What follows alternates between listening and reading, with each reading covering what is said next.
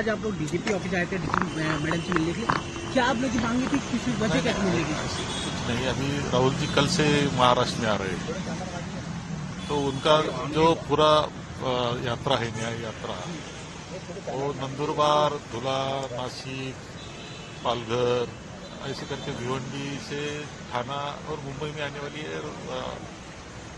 तो यहाँ उनका समारोह होने वाला है 23 नवंबर।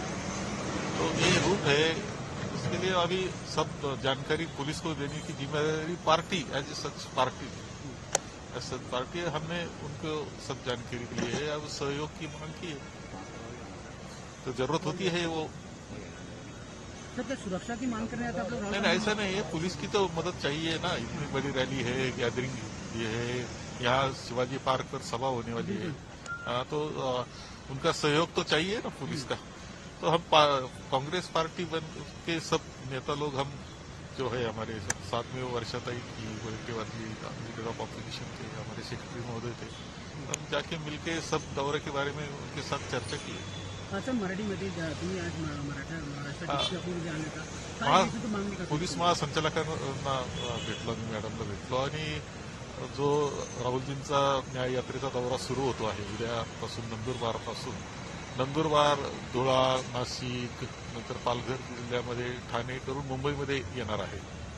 तर हे सगळ्या बाबतीतली त्यांना माहिती देणं एक पक्ष पातळी म्हणून सुद्धा आमची एक जबाबदारी असते की पक्षाच्या पातळीवर त्यांना ही सगळी जानकारी देणं आणि त्यांचा सहयोग मागणं. त्या पद्धतीने पोलिसचा सहयोग यापूर्वी सुद्धा ही पदयात्रा राहुलजींची झाली, ती सुद्धा भारत जोडोची खूप चांगला सहयोग पोलिसचा राहिला होता. स्वतः राहुलजींनी सुद्धा उल्लेख केला होता की महाराष्ट्रातल्या पोलिसने खूप चांगल्या पद्धतीने सगळी गोष्टी हाताळलेल्या आहेत. सरकार कोणतंही असो, त्यांनी त्यांचं काम चांगलं केलं.